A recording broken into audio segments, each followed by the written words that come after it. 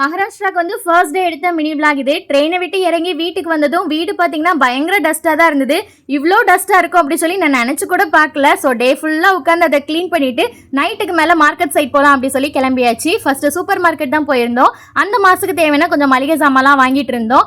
Last ஒரு 2 மந்த்ஸாகவே ஒழுங்காகவே மளிகை சாமான்லாம் வாங்கலை. ஏன்னா ஊருக்கு போகிறோம் அப்படி சொல்லிட்டு எது காலியாகுதோ அதை மட்டும் தான் பார்த்து கொஞ்சமாக வாங்கிட்டு இருந்தோம். அதனால இந்த மாதம் கொஞ்சம் அதிகமாக வாங்குற மாதிரி தான் இருந்தது. அப்படியே நேராக காய்கறி கடைக்கு போய் இந்த வாரத்துக்கு தேவையான கொஞ்சம் காய்கறிகள் அப்புறம் பழங்கள் இதெல்லாம் வாங்கிட்டு வந்தோம்.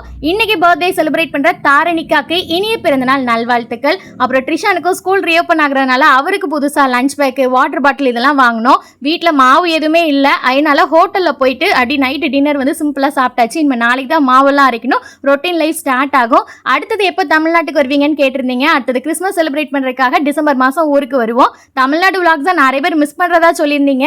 இவ்வளோ தூரம் எங்க கூட க்ளோஸ் ஆனதுக்கு ரொம்ப ரொம்ப நன்றி. உங்க அன்புக்கு ரொம்ப நன்றி. வீடியோ பிடிச்சிருந்துச்சுன்னா லைக் பண்ணுங்க. பாய்.